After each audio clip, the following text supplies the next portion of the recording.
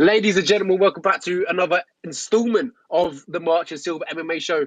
And if you heard that little intro right there, it was an old one. It was a throwback to the first ever intro that I had here on the channel. So shout out to the people that know that. I am joined by once again my co-host Oscar Silva. An absolute pleasure as always. Oscar, how's it going over there in America? It is going much better. We are, like we've said it before, but now I think we will have the momentum of the weekly podcast episode. And this is the week to come back for because it's International Fight Week. The UFC will be hosting its weekly international event, UFC 90. Alexander Volkanovski versus Yair Rodriguez for the featherweight title is the main event. Brandon Moreno versus Alexander Pantoja in a rematch is the co-main event. That's for the flyweight. It's full of fighters from the Oceania area, and there's a lot of big favorites on this card, and we're going to be breaking down the fights top to bottom. Lenny, how are you feeling about this card top to bottom? It's absolutely stacked. We were talking about it before we got on air. I mean, the main card is absolutely brilliant. It's stacked with prospects, Bo Nickel, obviously, Robert Whittaker, Dan Hooker fighting Jay Turner, which is probably my pick of fight of the night. And once we get to it, we'll get to talk about all that beauty. And obviously, we've got Brandon Moreno versus Alexander Pantoja, Volkanovski, Yair. I mean, the matchups that we have on this card is absolutely phenomenal.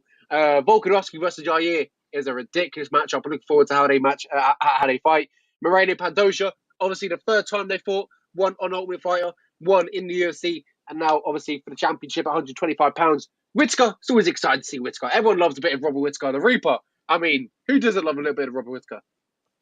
Yeah, he's my favorite middleweight right now, and he's earned that by having spectacular performances against high level competition. The only guy he's losing to is Israel Adesanya. Outside of that, he's putting on masterclass after masterclass. I think Robert Whittaker is in his prime, and he's looking to earn a trilogy with Israel Adesanya. And in front of him, he's got a guy on an undefeated run in the UFC in Dricus du Plessis. And the win of this fight very well could be Adesanya's next test. Absolutely agree. And obviously on the prelims as well, we got Robbie Lawler, his retirement fight, which I think is criminal, that he's on the prelims. For his retirement fight, he doesn't even get a main card slot. Questions about that one. I think he should have got more out from the UFC. But, less to be desired. We'll get to that eventually. But before we get into the podcast, before we get into the preview, the breakdown, I want to say this podcast is sponsored by Pro Show Bets, one of the best betting communities in the game. Make sure you check them over there on Instagram. One of the most accurate, one of the most consistent, and obviously it talks about the community. One of the best communities to be around when betting. So I appreciate the Pro Show Bet sponsorship, and we will be on the road and we'll talk about what's coming up this weekend. And obviously the card, as fantastic as we just talked about itself. And then the main event, let's talk about it, Oscar.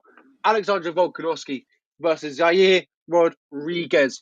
Volkanovski, you know what you're getting from him. You're getting consistency, accurate striking, wrestling. Volkanovski can really do it all. He has the cardio. He has the wrestling. He can strike with any strikers in the world. He outstruck Max Holloway for 5 rounds, beat him up, absolutely tear him to pillar to post. It was unbelievable. He can wrestle with some of the best in the world. We've seen that with Islam Makhachev. He can wrestle. So this fight is really, I like it. But the problem that we have seen with Volkanovski in previous fights, we've seen him struggle a bit with southpaw. And Yair Rodriguez is a fantastic southpaw. His left high kick, phenomenal. His left body kick, phenomenal. His left straight down the pipe is absolutely sharp. This is a big test, I feel, for Volkanovski. Probably not one of the biggest. I think the biggest would have been the Max Holloway rematch. But I think this is a really hard, tough fight for Volkanovski. A lot to kind of break down from Yair. He's a very tricky fighter. I'm looking forward to it. Oscar, how you got this one?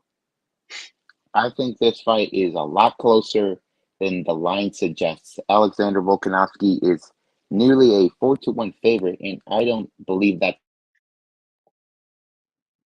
forth in some respects. I say that because I think the majority of this fight will be taking place on the feet. And on the feet, Yair Rodriguez can do what he does best, throw those unorthodox attacks, stay tall and long, but I'm telling you, those kicks are going to give Volkanovski problems all night. But I know for a fact that he's got a game plan around them. But here's the thing with his game plan: how much of it includes grappling? Because this man has a significant grappling advantage. He has been training with Craig Jones, one of the best Nogi grapplers on the planet today, for years now. He can survive the worst submission attempts possible from the best guys like Brian Ortega. Yeah, Rodriguez won his interim title by submitting Josh Emmett with a triangle choke. That triangle choke would not put away Volkanovski. And also, the reason he was able to get that submission so easily is he broke Josh Emmett. Josh Emmett, after he took way too many kicks from Yair, just was ready to go home and collect his check. Volkanovski is not made from that. He died. But it is concerning to me that Volkanovski is now 34. He's not the younger man in this contest. And I think Yair might have a little bit of a speed advantage here. And he's got a 5-inch height advantage. I think Yair presents some problems that Islam Makhachev did not. But talking about grapplers like Islam Makhachev, as I said, Volkanovski showed he's one of the best grapplers in the whole UFC in that Islam Makhachev fight. He can do a similar. He can do a similar style fight that Frankie did against Yair. Sure, Yair has improved the grappling, but in that Max Holloway fight, Max Holloway is not known as a wrestler at all. He got some takedown. He got a takedown against Yair. He was able to control him for a good amount of time. I really think he can win this fight decisively if he just goes out there and grapples. But we're going to be looking at a lot of striking here. Volkanovski says he wants to beat Yair at his own game, and that will allow opportunities for Yair to strike. But at the end of the day, Volkanovski, he's all about those meat and potatoes. He keeps it basic. He throws 1-2s, inside leg kicks, and he's not going to take unnecessary risks. And I think Yair Rodriguez will find himself in a spot later in this fight where he's going to have to take risks. That'll create even more openings for Volkanovski to counter him and just put an absolute beating on him. If it weren't for Yair Rodriguez's reliable Mexican chin, I would probably pick Volkanovski to get a finish here, but I don't think that's the case. I think we're looking at a pretty dominant 49-46, a unanimous decision for Volkanovski. I think he's going to look spectacular. Absolutely agree. Volkanovski got a top, as we talked about, a tough fight on his hands. But I mean, Volkanovski nowadays has been around the block. He's been in the UFC for a very long time. He's won some of the best in the world. You just mentioned it there. Max Holloway twice, Brian Ortega, and I kind of agree. What you said. Obviously, Yair Rodriguez submitted Josh Emmett in his last fight with the triangle. What we've seen from Volkanovski in the past is stubbornness. He doesn't want to tap. He doesn't want to get submitted. And also, as you talked about, he wants to beat people at his own game. The stubbornness is ridiculous. I love it. I love that mentality, and that's exactly what he would do. We've seen it against Max Holloway in the second fight. He had way too much. It was too much volume, too much accuracy. His striking was on point. It was sharp. He was doing what he was meant to do. And obviously, in the Brian Ortega fight, getting out of that submission was ridiculous. I still don't know how he does it. But as I talked about, that stubbornness, and that eagerness, and that mentality is what got him out of that. And also having Craig Jones in the corners, that might help as well. Absolutely. I think Volkanovski in this fight is going to take one step closer to being declared the undeniable greatest featherweight of all time. 3 wins over already. He just needs to keep on continuing this run of title defenses, and I think he's going to be truly undeniable. But Yair Rodriguez does have the potential. As I said, if they're striking, who knows what can happen out there. But but it's all about how much does Volkanovski want to grab it, in my opinion. Yep, absolutely agree. I also think that Volkanovski is going to take this one. You talked about how Yair is going to make it tricky on the feet. Completely agree. He's very sharp, especially in that first round. That's the most dangerous round for Volkanovski, because we know how Yair Rodriguez comes out. He comes out sharp. He comes out explosive, looking to take people's heads off. So Volkanovski's got to be eager-eyed in that first round to make sure he doesn't make any mistakes, because Yair is quick and he will punish as soon as possible. So we both agree Volkanovski in the main event. One that I'm leaning towards Volkanovski, not quite heavily, but I feel confident that he will get it done. But the co-main event, we both agreed this is super, super close.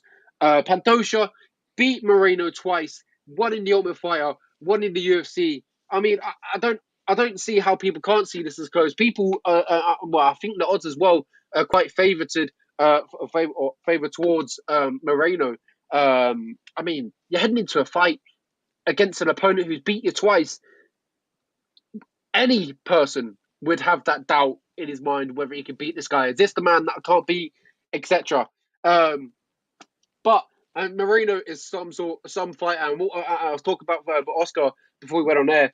What we have seen from Moreno in the past, his comradeship of coming back from a loss. We saw it in the Figueiredo fight. The first fight, obviously, I don't even know. There was 4 fights in the end, but losing decision in the third fight and then beating him in the 4th fight.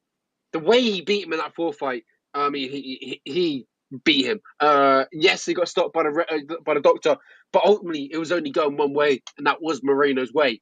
So we've seen him come back from losses in spectacular fashion, and no doubt Moreno, will want to get this one back and want to beat Pantoja and kind of stamp his claim that he is the better fighter. And then last 2 fights, they were some year ago. I think the last fight was 2016. So both fighters have evolved since then.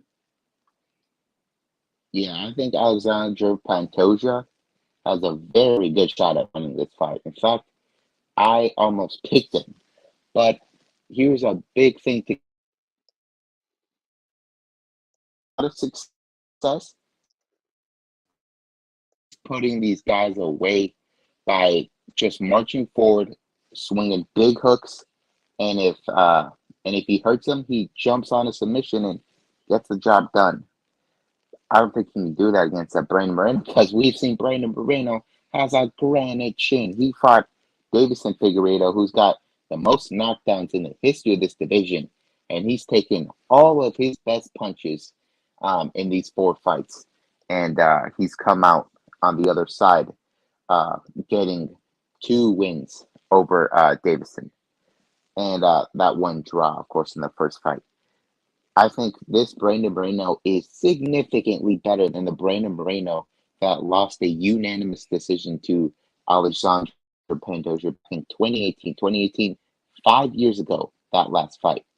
Just to give you guys a little perspective on how long ago that was, the main event was Kamaru Usman on his way up fighting Damian Maia. That's how different the landscape is in the UFC now. Brandon Moreno in the first fight was a very raw talent back in 2016. That was an absolute dogfight. One of the best fights I've seen in the Ultimate Fighter house. And Brandon Moreno won round 1, but round 2, Pantoja was able to tire out Moreno, get his back, choke him out. In the second fight, it's basically, I would say, a kickboxing clinic by Pantoja, but many of his best shots that he landed were big punches, big hooks, and whenever it went to the ground, it looked like he was definitely a step ahead of Moreno there. I'm sure the jiu-jitsu's gotten better for Moreno, but I'm confident that if he hits the ground again, I think Pantoja is the better grappler still, and on the feet, he does have a power advantage. That's concerning to me. That would be concerning to me if I was betting on Moreno here, but I'm still picking Moreno. I think Moreno wins a split decision top fight. I think he will win the last 2 rounds for sure. Alexandre Pantoja, as I said, he likes to finish fights. And by doing that, he has to fight at a higher pace. And the Alexandre Pantoja fight he had, that third round for him was straight up sloppy. And in the Brandon Royval fight, where he got the finish in round two, the guy was looking winded. I really think that Brandon Moreno could fight at a pace that Pantoja can't for 5 rounds. And he's got that 5 round experience. He's got the confidence of being champion, carrying the flag for Mexico. I think Brandon Moreno should get this done by decision. But do not sleep on Alexander Pantoja. As I said, he's submitted Brandon before. He can do it again. And he can also out think can happen in this fight, but I'm gonna have to go with the more reliable guy in Brandon Moreno for 5 rounds. Yeah, that was also my pick. I mean, I do believe that Moreno is going to come back from this one. Like I mentioned before, that we have seen, he has done so in the past. Obviously losing to Davison Figueiredo and coming back and beating him again. But yeah, he talks about Pantoja. You know, as you talked about, he in that first round, he's so relentless. He kind of has no respect, sort of who what's coming back at him. I mean, if you look at his Alex Perez win in his last fight, completely disregarded what Alex Perez could bring to the table. And, well, ultimately, it didn't matter because he did submit him in 1 minute anyway. But he put on that performance that kind of obviously get him that title win. And now here he is. But as I talked about, no respect, disregarded Perez of his talent, just walked through him. But that's the question. Moreno is a dog. We've seen it in the past. He really likes these sort of fights. These fire fights. Look back at I think it might have been the first Figueiredo fight or the second one. They had an absolute war. And no doubt Moreno would like this. He will smile. Obviously, it will be a controlled war. Well, he wanted it to be a controlled war going his way. But Pantoja, outside of the second round, I just see Moreno taking over. I think that's his territory, and that's when we'll see him really shine. Yeah, I agree with you there. One thing to note too is that Brandon Moreno's footwork and his boxing have simply leveled up so much since that 2018 fight, and I think that right there is the reason he'll be winning this fight because of his boxing. I think Pantoja has I think he's kind of peaked, and Brandon Moreno, I think he's just been looking better and better, honestly, and he's been being getting in these news last year, and then he went to Fortis MMA with Safe Saud. He's learning new stuff from these coaches and getting excellent game plans. And if you watch the breakdown of Safe Saud of this fight, he knows exactly how Brandon Moreno's going to win this fight. He's got it Yeah, down to a science. I think there's I think it's the smarter pick to pick Brandon because he doesn't rely as much on the chaos and the randomness that Pantoja relies on. Because Pantoja, I think the best opportunity he has to win this fight is in a wild scramble. But I think Brandon Moreno will probably be wise to stay away from most of the grappling in this fight. absolutely agree. We'll swiftly move on to another fantastic showcase fight on the UFC 290 prelims, and that is between two fantastic and top middleweights in the division. Robert Whitaker, the Reaper, has been around for a very long time, fought the best in the world. I mean, the list goes on. I don't really want to stand here because I'll be here 20 minutes naming who he's for. I mean, at this point, who hasn't Robert Whitaker fought? And that is Dricus du Plessis, a new challenge for him, a new face that he has to kind of unpackage. And this is good for the division. Dricus obviously have that open, obviously it's very open, the beef with Israel Adesanya. So he's going to be motivated than ever to beat Whitaker to get that title shot. Du Plessis coming off a recent surgery to his nose. This will be his first fight with a nose that works, like everyone else, a normal nose. In past fights, correct me if I'm wrong, didn't really have any air coming through the nose, if not any. So that's ridiculous. Um, we're going to see a Duplessis with a new nose. But then again, how long would it take for him to get one straight into the nose and it cracks again or whatever? You never know. Robert Whittaker has a lethal jab. Will that just crack it again and then the whole problem's resurfaced? We never know. Robert Whittaker, I mean, who hasn't he fought? He's beat some of the best in the world. Title fights versus Yair Romero, Israel Adesanya, yeah, blah. Everyone knows what everybody. But what we have here is a striking masterclass between either men. Duplessis obviously loves to strike. K1 background. Whittaker, he can really do it all. I would say his preferred method in a fight would be striking, but he can really mix it up. I mean, this man is on the cusp. Once upon a time, and making it to the Australian Olympics wrestling team. Sorry, he can really do it all. The one thing I don't like about Dricus du Plessis is I feel like he gets hit way too much in his fights. I mean, in his last fight against Darren Till, in the third round, that was a tough third round or second round, sorry, or one of them. Tough second or Second third round. round. There you go, second round. And Darren Till really came on strong, was landing his shots, picking his shots. But that also the gas tank or Dricus du Plessis, I'm not confident in it because I haven't really seen it being exposed as such. Yes, he did come back and win that third round, but he was absolutely blowing. But yet again, this is with the new nose. We don't know how he's going to come out. But Robert Whittaker, he's going to pick him apart on the feet. His jab is lethal. His kicks are insane. I think this is a tailor-made fight for Whittaker to look really good on the feet. As I talked about, Dricus du Plessis, I just feel like he gets hit way too much. Robert Whittaker said it best. The only way that Dricus du Plessis wins this fight is if it's a brawl. And Robert Whittaker knows he has to avoid this brawl, so he's just going to keep it technical, and he's going to win this fight very decisively. I think Dricus du Plessis is simply not on Robert Whittaker's level, and the only reason he's earned the ranking that he has is because he's the benefactor of good matchmaking for him. You look at the fights he's had in the UFC. Marcus Perez, the guy went on to become a pillow fighter. That's right, a pillow fighter. Then Trevin Giles, who's now a welterweight, a bad record there as well.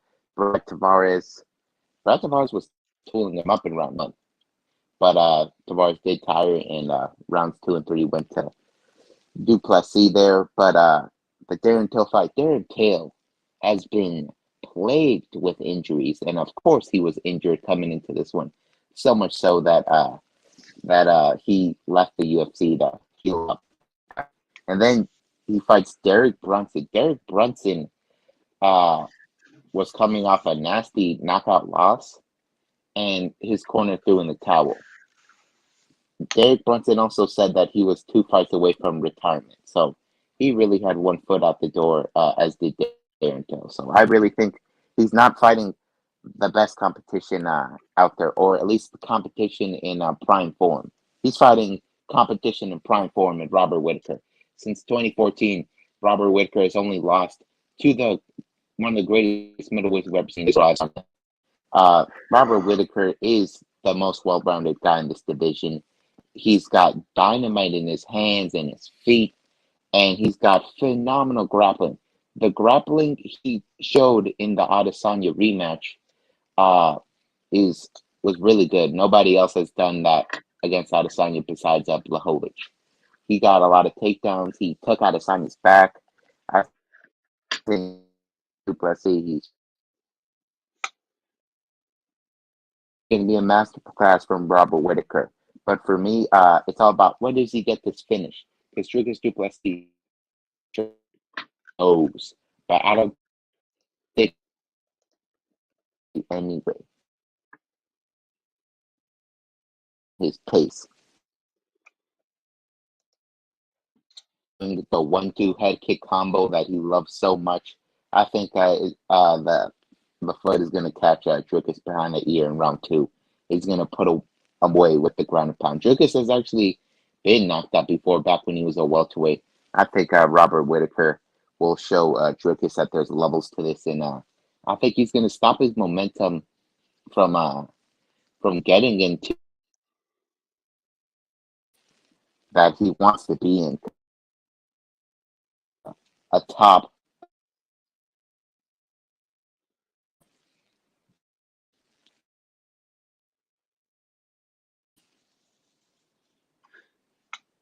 Hello? Yeah, can you hear me? Yeah, you were just breaking up a little bit at the end, but I Yeah, caught most of it. Yeah, completely agree. This is, I do believe this is Whittaker to get the job done. His striking is second to none. And I talked about, I just think Dricus gets hit way too much. I mean, we've seen it in the past. But yeah, this MMA game is crazy. It's fun. That's why we love it. Next one is Dan Hooker versus Jalen Turner. As I talked about earlier, this is my pick for fight tonight. I mean, two lanky lightweights showcasing on the UFC 290 stage. I mean, this brings a smile to my face because I love the matchup. Dan Hooker, tall, lengthy, unorthodox striker. Jalen Turner, tall, lengthy, rangy striker. I mean, they are looking into the mirror sort of thing. It's crazy to think how big these are for lightweight. I'm not too sure of the inches, but I mean, it's crazy. 6'3" versus 6 foot for lightweight. That is kind of crazy. Obviously, 6'3" is ridiculous, more ridiculous. But this is my pick for the fight tonight. Jalen Turner is always in some fun fights. Dan Hooker is always in some entertaining fights. I mean, I'm leaning towards Dan Hooker because of the experience. He's been around. He's fought Paul Felder in an absolute wild fight. He fought Dustin Poirier in an absolute wild fight. As of late, though, he's really come on a little bit, beating Claudio well, yes. Puelles in his last fight via body kick. But Claudio Puelles had probably the worst game plan I've ever seen in my life in that one. But before that, Arnold Allen, obviously he got knocked out. It's the Makachev Kimura. This one's a big one because if you lose this one, it's kind of all right. Where am I really going now? I've tried featherweight, it didn't work. I've gone back up, I've won, and then if he loses this one, he's kind of stuck in the mud really.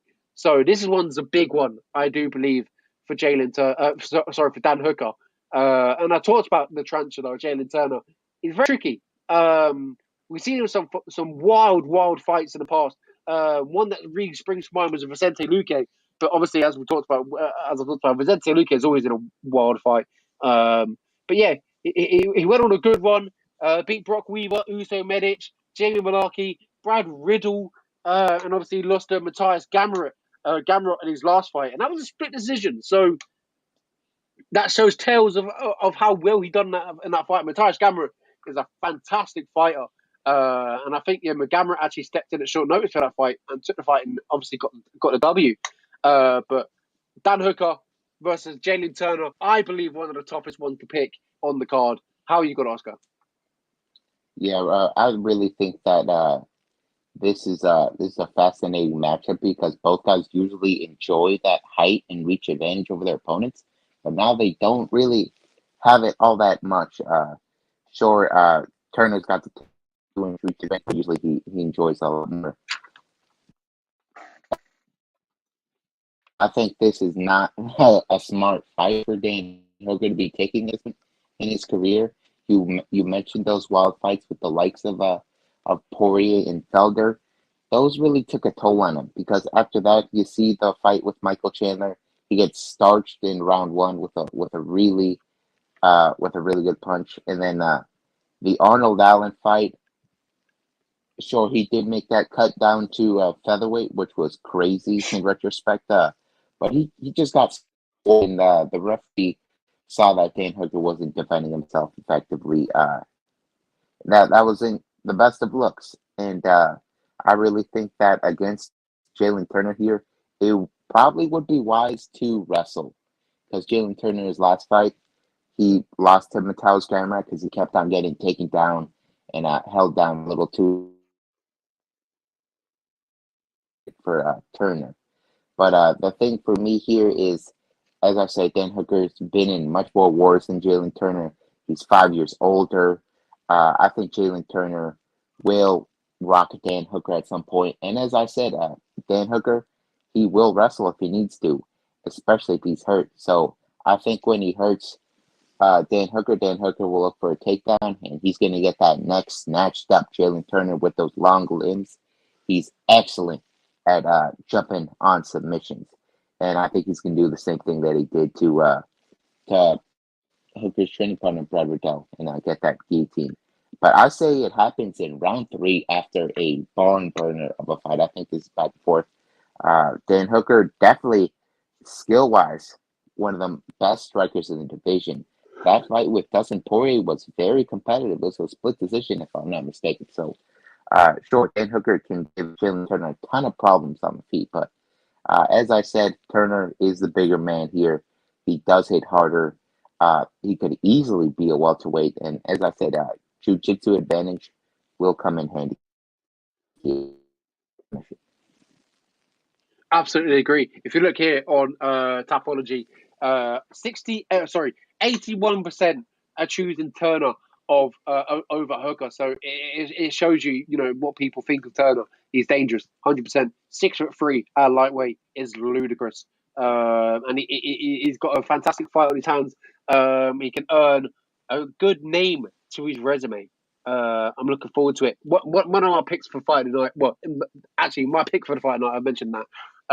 It's ridiculous. This one's going to get 50,000 bonus. No sure whether it's a knockout of the night, whether it's a performance of the night, or whether it's fight of the night. One of them is going to come in 100%.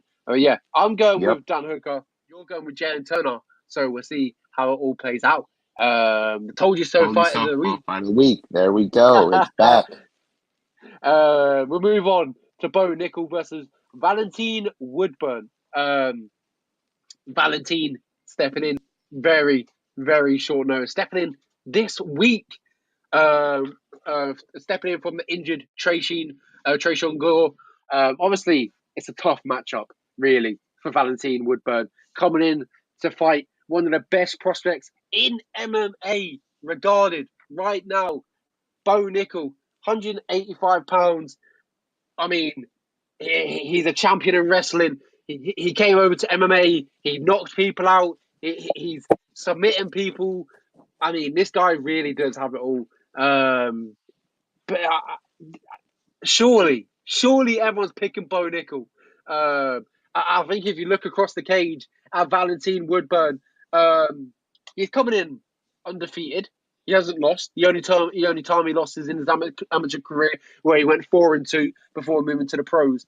And since then, I think he's got like 5 finishes out of 7. So he's got that. He's quite a big, stocky lad. Throws his punches from his hips.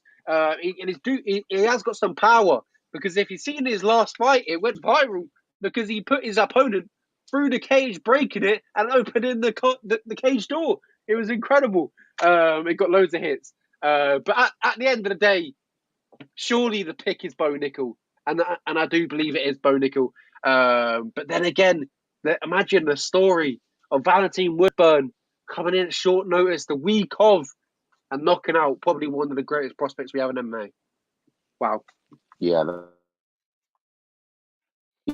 The odds-wise, the biggest upset in UFC history, and I don't believe we'll be seeing it.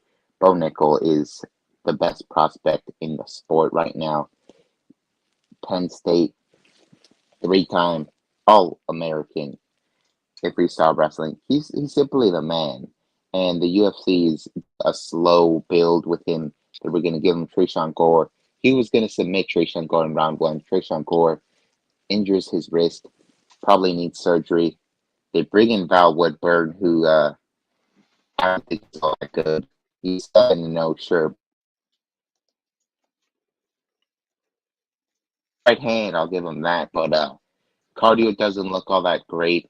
He does have some wrestling in his back pocket, but it's nowhere near the level of Bo Nickel.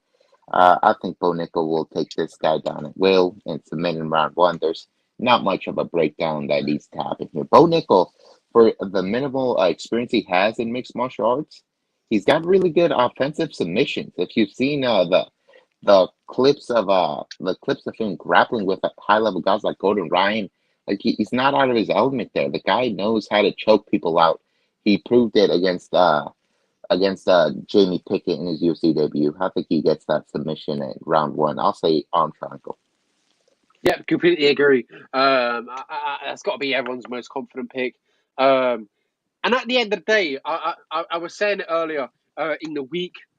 I was saying Valentine Woodburn is coming at short notice, fighting Bo Nickel, and I was thinking to myself, he, he's really got a sort of kind of really a built-in excuse. Um, people in the future give it like, oh, you lost against Bo Nickel. He'll be like, well, it was on short notice, and it was against Bo Nickel. And in 10 years, 5 years time, we're going to realize how good Bo Nickel was, whether he got a championship or not. So to me, it's kind of a win-win for Valentine Woodburn. He's going to go in there, give it his all, obviously, and try and win. And if he does win, then one of the greatest, well, the greatest upset, odds-wise, in UFC history, MMA history. And if he doesn't win, he's still in the UFC at the end of the day. That's the way I looked at it. Yeah, if you want to win $100 on Bo Nickel, you have to lay down $2,500. It's a horrible bet, but it's probably free money. But yeah, your money, guys. You decide. I don't think Pro Schmo Bets is giving out that long. Absolutely agree. If you put 100 on Valentine Woodburn, how much would you get back for that? I think you might get a 1,000, 1,600. I mean Wow. 1,600. Yeah. Wow. I mean, surely there's no money going on Valentine. Well, odds wise, obviously there's no money in there. So, yeah, not a smart pair, guys. Do not do that.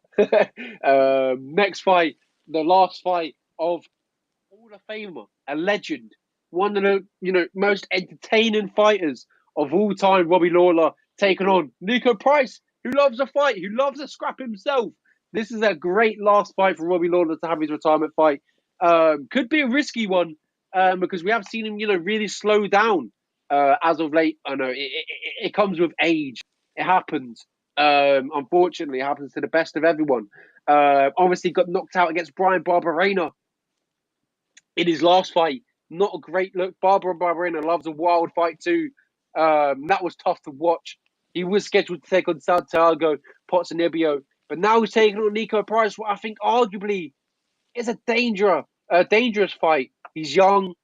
I mean, he's explosive. Well, he's younger than Robbie Lawler anyway. He's 33 years old. He's explosive. He hits hard. Yeah, I mean, I feel like this is a really bad matchup. But Nico Price, though, hasn't been on the best form of his career either. Losing to Phil Rowe. His last win came against Alex Oliveira, and he's in the regional scenes currently right now and still not having the best success. Recently, he lost to Kiefer Crosby over in, I think it was Valator FC over in Italy somewhere, I believe. So it shows you then before that, still not on the best run. Lost to Michel Piera, drew against Donald Cerrone, obviously lost against Vicente Luque. So arguably, probably a close matchup, but I just don't see how Robbie Lawler gets this one done, unfortunately. Although I'd love to see him get it done for his retirement fight.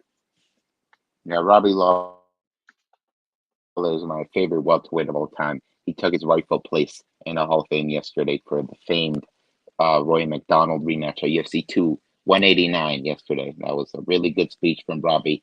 But I really think his best days are obviously behind him. That guy takes really long layoffs. He hasn't fought in a year, and last year at International Fight Week, he fought Brian Barberena in the fight of the night, and he got finished in round two. But that was a fight where he was enjoying a lot of success. He really had Brian Barberena hurt there, but he just can't take punches like he used to. And Nico Price is not a guy you want to get hit by a lot. Nico Price has gotten knockouts from unusual positions. He was able to knock out Randy Brown off of his back with hammer fist. He knocked out James Vick with that up kick. I think he'll be able to knock out Robbie Lawler in round two. Robbie Lawler has taken an immense amount of damage in his last couple fights. He absorbed, let me see, 147 from Brian Barberena, 150 from Nick Diaz, 179 from Colby Covington, 172 from Dos Anjos. He's getting pieced up in these fights. And Nico Price doesn't care a lot about his own safety, and that's what cost him in his last fight with Phil Bro. He got knocked out in round 3. But before that, he was piecing up Phil Bro. I think he puts away Robbie Lawler. I think he's going to go in with reckless abandon and get the finish here. But there is a scenario where we see Nico Price respect Robbie Lawler a little too much. He's been looking forward to this fight. So maybe he doesn't come in with that malice and we see Robbie Lawler possibly win a decision. But as I said, the durability, it's probably fading with Robbie. And it's sad to say. But yeah, when a guy says it's his retirement fight, you never want to pick him. Those guys never win. Even if they're in a somewhat good form, they find a way to lose those fights because they're just not all in. So you got to pick Nico Price here. That's it. That's the key word. They're not all in, and that's what we're going to see. I just think maybe Robbie Lawler's not maybe looking past this fight, but looking of finishing his career, hanging up in the gloves, and that's it. Be done with it. Should we say? But yeah, I completely agree. Nico Price would be the pick for me as well. Moving over to Jack Della Maddalena versus Hosea Harrella. Harrell. That's what we're going with. And what I mentioned earlier with Valentina Woodburn, that wasn't him who broke the cage. I was completely wrong. It was Hosea. I remember now. It was Hosea in his LFA in his LFA fight in his last one. And he went for a double leg against Mike Roberts, and he completely put this guy through the cage. That's what I was talking about. So ignore what I said about Valentina Woodburn. It was Hosea versus Hosea Harrella. So yeah, or Harrell. So it's Hosea Harrell. We're gonna call him. But yeah, he's called Muscle Hamster. One of the best nicknames that I've seen in UFC history. He's called Muscle Hamster Harrell. That's incredible. Anyway, I waffle too much. Let's talk about the fight. Plain and simple. Jack Della Maddalena knockout. Yeah. It's kind of like the Bo Nickel breakdown. I think we're gonna see a first round finish here by the big favorite, Jack Della.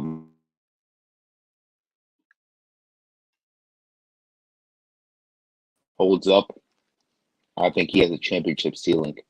The boxing we've seen from him is off the chain. All he's done in the UFC is get these first round knockouts.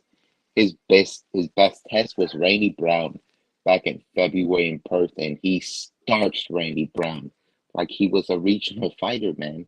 Randy Brown has 10 plus UFC fights, and he put him away easily. I think this kid is the real deal. He was gonna fight Sean Brady, and I thought he was gonna beat Sean Brady.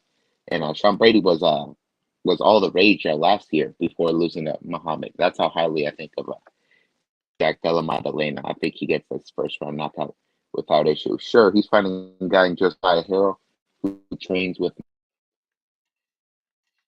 I think his wrestling is not all that bad, but he's just not gonna be able to hang with the striking of Jack Della Maddalena, who's so good that even if you're not a trainee fighter, he'll find those openings and he'll crack you with a good one and just break you down like he did to the likes of Danny Roberts and Ramzan Ameev. The guy's absolutely on the path to a title fight, I think. So Jack Della Maddalena, first round knockout, easy pick there. Let's move on to the strawweight fight. I can't wait for this one. Yasmin Yarigui versus Denise Gomes. Oh boy, these two women love to throw down, and they've gotten finishes in the UFC. Get these TKOs, it's pretty uncommon at this weight class. And both women are capable of doing it. I think this is going to be an absolute scrap as long as it lasts. And I'm picking Yasmin Yarigui to win a unanimous decision here. Do you agree?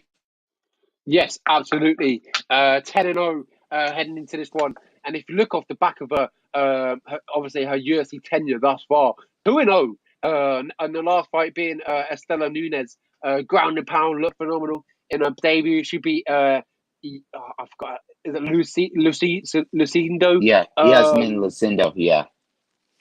And obviously now she's fighting Denise Gomez, 7-2 Brazilian. she lost her debut to Luma Lookboonmee, beat Bruna Brazil in her last fight, where she showed some good power with the right hook and obviously finishing the fight. But this one you talked about, and you put it in your nail to the head. Yasmin is so good. She's extremely good. We've seen it in the past in her last 2 UFC fights, and I just think she's going to get this one done. She looks like she's going to go to the top as well. She's got some really good attributes that I can see her, taking to the top. I feel like her striking slick. Obviously, her grappling as well is very, very slick. Yeah, Yasmin Yargui has some of the better boxing in the strawweight division, and she's just getting started. She's very young. I think this is one. This is She reminds me of a young Alexa Grasso, quite honestly. So I really like what she brings to the table, and the speed she's got. I think is gonna be the key factor in her win this fight.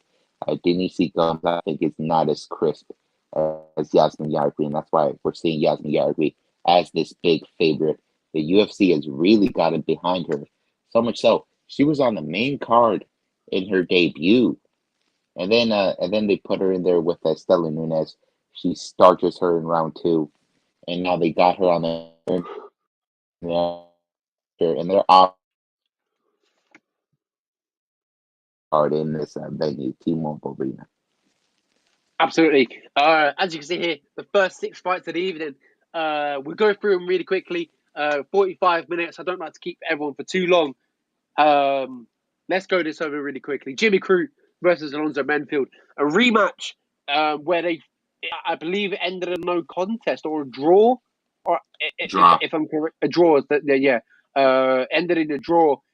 Jimmy Crute, once touted as a prospect, beating Modestas Bukalkas, knocking him out, lost Anthony Hill, and obviously Drew gets Alonzo Menfield. A fight that I thought he was going to win fairly comfortably, and he did get a draw. Yeah, I'm going to go out there and just say I think Jimmy Crute is going to go back to winning ways.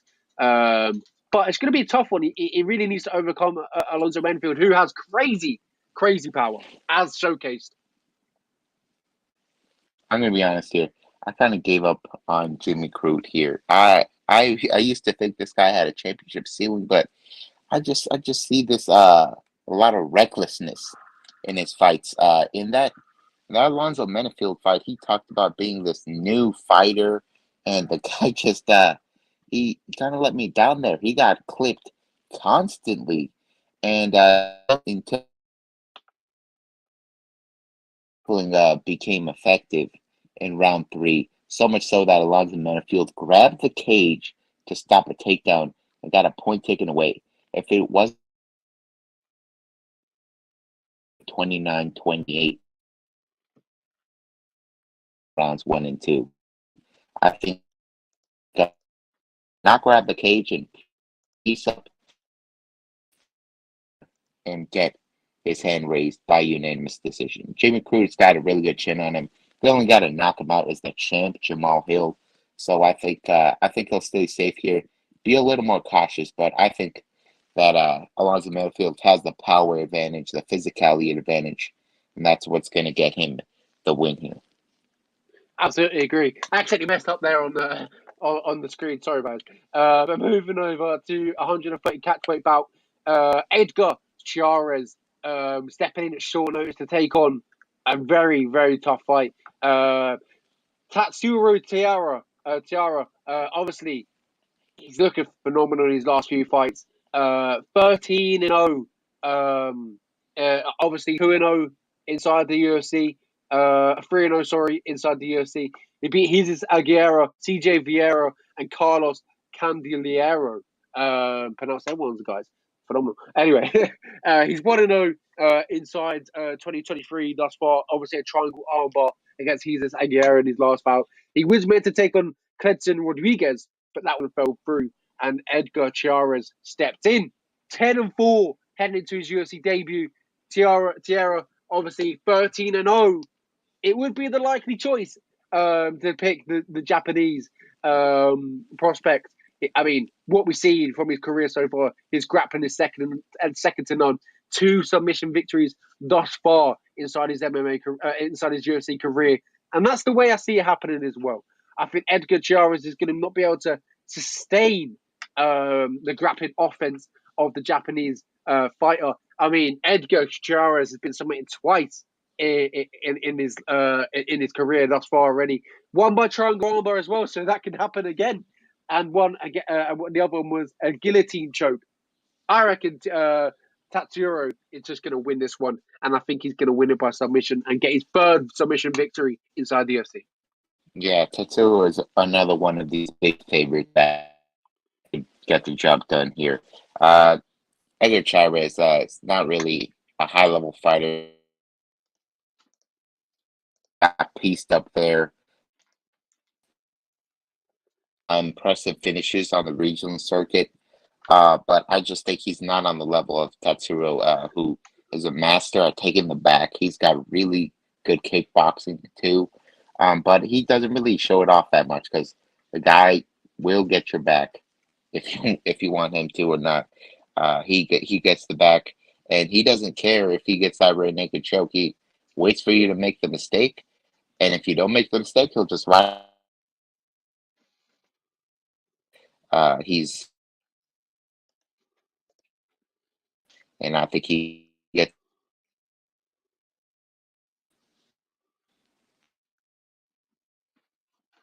Yeah, absolutely. Yeah, I lost you a little bit there, but yeah, I caught most of it. We'll move on to the next fight, and that is a light heavyweight fight between Vitor Petrino, the Brazilian, and obviously Marcin Pacquiao. Marcin Pacquiao, a lot of fights thus far in his career. Obviously, beating William Knight in a fight to forget. William Knight ultimately getting released after that fight, and in the regional leagues now, for CSC the other night, not the other month, and lost a majority decision as well. So William Knight having the best of times, but that win over him, not to question it, but you got to sort of think, what other legit wins has Marcin Pacquiao had inside the UFC? Ike Valueva, if you remember him, obviously he didn't have the best runs either. And Khalil Roundtree, that's not a bad win, but I wouldn't say it was great. Other than that, he's lost to Sam Alvey. He's lost to Magomed Ankalaev, lost to Mike Rodriguez, lost to Felipe Lins. If you look who he's opposite, 8-0 Brazilian. Last time out, he won a decision win against Anton Turkalji, the Swedish fighter. This one, I just see the Brazilian walking away with it. Unfortunately for Marcin Pacquiao, I just don't think he's good enough to be able to compete with the Brazilian. If you look at the Brazilian, he's finished most of his fights. Actually, he's had 2 decisions. That was one inside the UFC and one early on in his career. So I would even root out a knockout victory for Vitor. Yeah, Vitor. I didn't think he looked all that impressive in his debut against Turkey. Had success with the grappling and Marcin Pacquiao, who's very chinny. He's got knocked out 3 times in the first round to kick off his career. I can't believe they kept him after that. And then against Felipe Lins, he got stunned multiple times in that fight. Petrino is a bulldozer, and luckily for him, there's no grappling to deal with here. I think he probably cracks Marcin Pacquiao and puts him away in round 2. In his basically a free win. The guy was not mentally there. Petrino is gonna go for the attack, and I don't think Pacquiao's durability is reliable at all. So I'm picking, second round.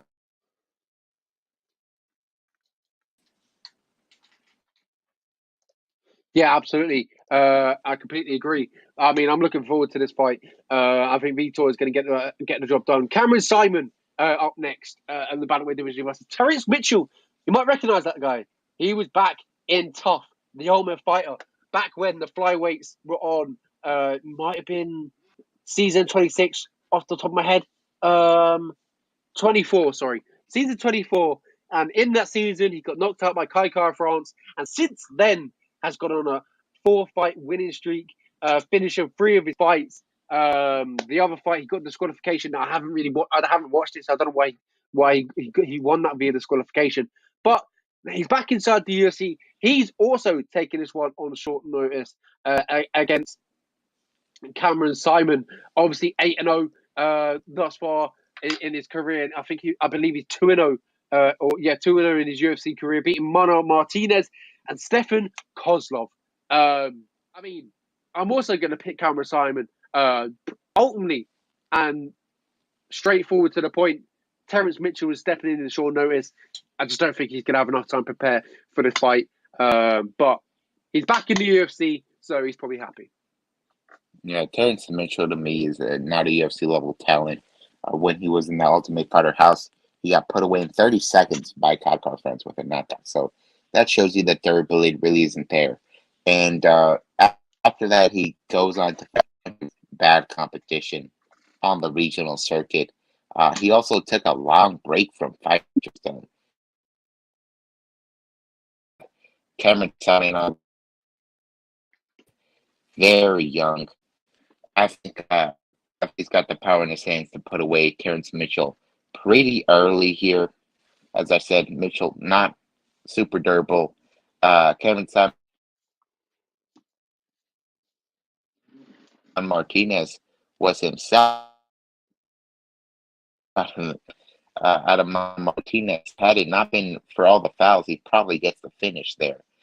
So hopefully he keeps his he protects from himself, with those fouls and eye pokes, groin strikes, and just lands those hands on Terence Mitchell and gets himself a second round TKO. Absolutely agree. We move on to Shannon Ross taking Jesus Aguilera. Jesus Aguilera had some actual familiar opponents that are fighting on this card. He has fought back in the day, obviously, Tatsuro Taira, as you talked about, and Edgar Chiarez, who I mentioned, who stepped in at short notice to fight the Japanese, I think, if I'm correct. We just gone through it. I should remember. But my head has gone a little bit fried. Yeah. Edgar Chiarez stepping in to fight Tiara. A few familiar opponents. It'd be good to catch up. Jesus Aguilera will be taking on Shannon Ross. Shannon Ross making his debut, I believe, in his last fight. Didn't go his way. At 125 pounds, the division is wide open. But he actually got signed off after losing his Contender Series fight against Vinicius Salvador. And then I don't know whether he stepped in against Clinton Rodriguez, but he lost that one too. He got knocked out in both. This one is quite a tough one to pick. Which one you go for, Oscar? I think that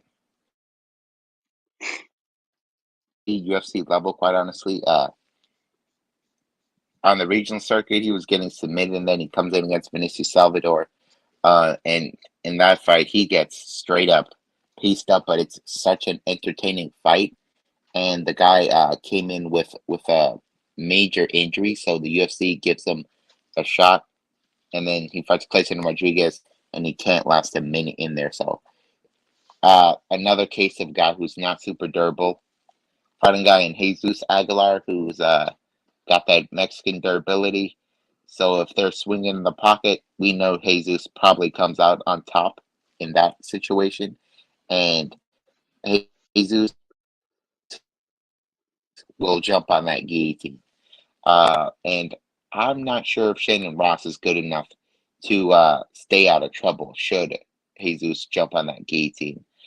So I'll be picking Jesus to win this fight by decision. A guillotine is definitely on the table, but who knows? But I do think that if they're striking, Jesus lands the bigger shots, or he'll be able to take the better shot from Shannon, who I just don't have confidence in to stay away from the big strikes from Jesus here. He's got a really small frame, but I'm telling you, the guy packs a punch. I think he's going to be winning the decision. Yep, completely agree. I'm really looking forward to. I think that the first fights always some of the best fights. This one's going to be good. But the first one, Camilla Kirk versus Esteban Ribovics. I mean, Esteban has showed some really good strike in his last few fights. I mean, if you look at last fight, obviously, sorry, not his last fight, the one before that against Thomas Paul in the extended series, absolutely starched him, the Englishman. I mean, it was a fantastic knockout. And then in his debut, he took in like Radhojbov, Radzobov, sorry, like Radzobov, and obviously he lost the decision. But Camille Kirk as well on the other side, 11-5. Yeah, I feel like he's been around the UFC for not for a very long time, but you know he's quite a long stay. I feel like I've seen his face for quite a while. Billy Colosino, obviously, he lost against Billy Colosino extended in 2019. Since then, came back to the UFC against Marco Americani, beat him, lost against Damon Jackson. He's been inside the UFC since 2021, but only fought twice. The inactivity could ultimately kill him. Maybe in this fight, he hasn't fought since 2022, very early on. So he's been out the cage for over a year. Not good. He probably wants to stay active. That could pay dividends. Yeah, Kamala Kirk. He's not had the best of runs in the UFC.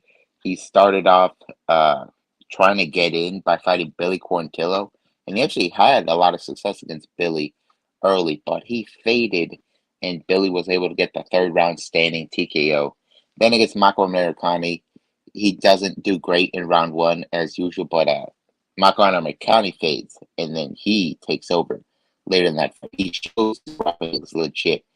He's got a black belt in Brazilian Jiu-Jitsu. But against Damon Jackson is not known for being some monstrous striker, but he looked like it against Kamala Kirk.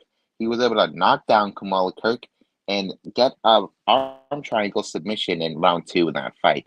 And if Damon Jackson can put hands on you like that and hurt you, I think you're going to have a very rough night at the office with Esteban Ribovics. Esteban Ribovics took on killers in Loic Radzhabov. Was doing very well in the PFL. He moves over to the UFC, and in that fight, that was a very close fight. He is able to knock down Ribovics. Getting taken down. Because we both had a future. I really like his boxing, powerful hands, and Kirk was able to hurt him on the feet. Billy Quarantillo was able to put him away in round 3. I think Ribovics gets a first round knockout to kick off this card. I think this card is going to be full of finishes. I feel like the UFC matched are looking to showcase a lot of their young talent, and I think it's going to be a success for them. The only underdog I'm picking on this card, if I'm not mistaken, is Alonzo Menifield. I think the UFC matched it up pretty well for the favorites to win across the board. Absolutely. UFC 290, ladies and gentlemen, taking place tomorrow night. This is a good one. I'm looking forward to it. It's a fantastic pay-per-view. Obviously, 2 title fights. It's always a good one when there's 2 title fights. The only con to having 2 title fights is if you are from England and the event is in America. You're up till 6:30, 6 a.m. absolute latest. It's not good, but we don't complain because we get nights like these. We get fantastic fights. You get nights.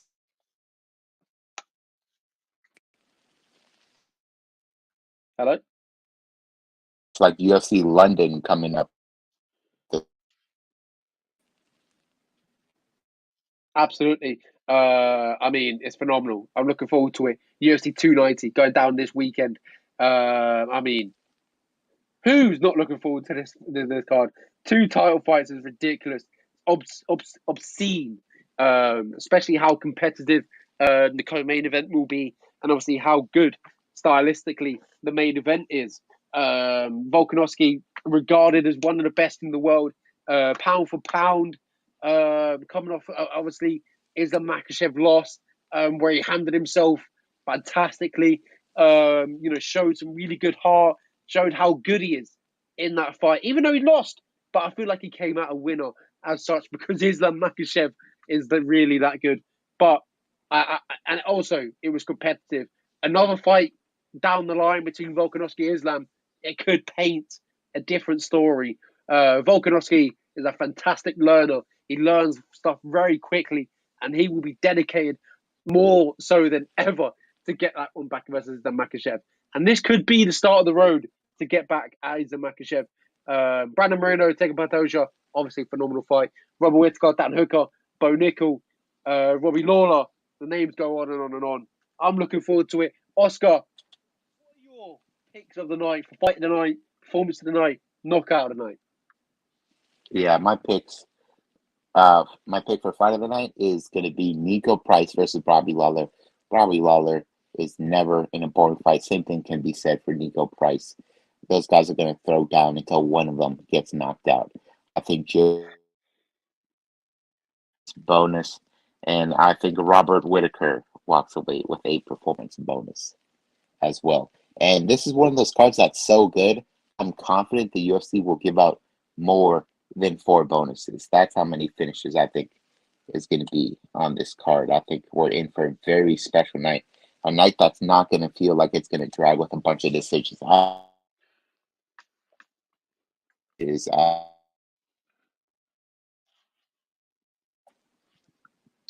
Yep, and a little bit of info as well.